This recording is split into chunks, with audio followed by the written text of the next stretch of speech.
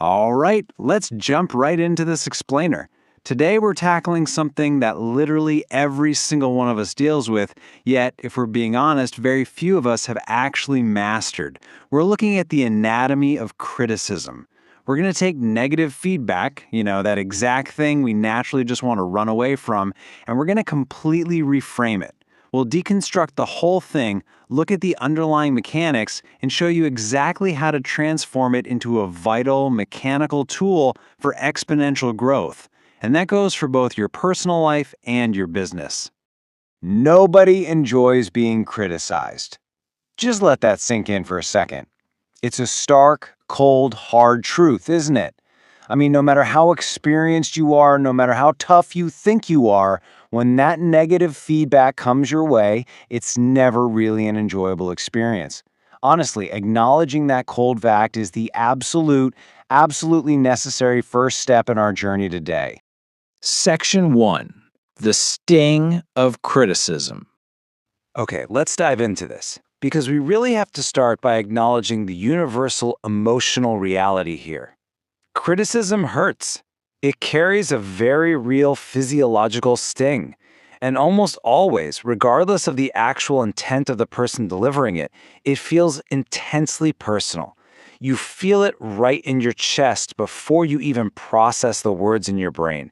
And in those first few milliseconds after that sting hits, our biological hardwired reaction is almost always to protect the ego. So what do? We immediately defend ourselves. We scramble to explain ourselves, rationalizing our actions just to preserve our self-image. Or in a lot of cases, we just shut it down completely, cross our arms, mentally check out, and absolutely refuse to engage. And listen, I want to validate that feeling right now. It is entirely natural to want to reject a critique to protect your ego. The impulse is just deeply human. But natural doesn't always mean beneficial, right? Section 2. The illusion of comfort. So if we constantly give in to those gut defensive reactions, if we constantly defend, explain, and shut down, we end up building this really comfortable little bubble for ourselves. But we've got to pivot our narrative here and face a pretty harsh reality. Neither your personal life nor your business can successfully grow in a state of comfort. Growth and comfort, they are fundamentally incompatible. Life, however, doesn't usually just hand us a neat little report card to burst that bubble. Instead, criticism usually shows up through people, situations, and external feedback that kind of act as a mirror. And what does that mirror expose? Well, the exact things we'd much rather not see. It points a massive, unavoidable spotlight on the habits we actively ignore, the poor decisions we constantly justify to ourselves, and the blind spots we just carry around every single day without even knowing it. Most people look in this mirror and either run from it or fight it. But here's the fatal flaw in that whole fight or flight response. If you run away from the mirror, if you successfully dodge the feedback and avoid the criticism completely, well, you haven't actually solved anything. Avoiding criticism does not remove the weakness. The weakness remains completely intact. That bad habit you refuse to look at, yeah, it's still there. The poor decision-making process, still there. By avoiding the sting of critique, you're really just delaying your own growth. You're choosing momentary comfort over long-term capability. Section 3. The danger of silence. And this brilliantly illustrates how the stakes get raised when we transition from internal feelings to the brutal reality of the market. Because in business, the consequences of avoiding criticism become painfully obvious, and the stakes are, frankly, infinitely higher. When you bring unaddressed personal blind spots into the marketplace, they translate directly into tangible, painful professional failures. It's like a giant multiplier. A personal blind spot becomes a massive customer complaint. A justified bad decision becomes a completely rejected product line. An ignored habit, that becomes an ignored proposal or even a failed multi-million-dollar strategy. The personal becomes professional very quickly. What starts as a psychological defense mechanism at home scales up into a total organizational disaster at work. But there's actually a scenario that's way worse than a loud, angry customer complaint. Sometimes the market does not even speak loudly. It just goes silent. And that silence can be the most honest feedback you will ever receive. Think about that. When nobody is complaining because literally nobody cares anymore, when your product launches to absolute crickets, man, that is the chilling realization of market silence. It is the ultimate, undeniable critique. It means you miss the mark so entirely that people won't even expend the basic energy to tell you why. Which brings us to a really vital distinction. The truth is, receiving complaints is not what kills an enterprise. Being criticized by the market? That isn't the failure. The failure is the refusal to absorb the message.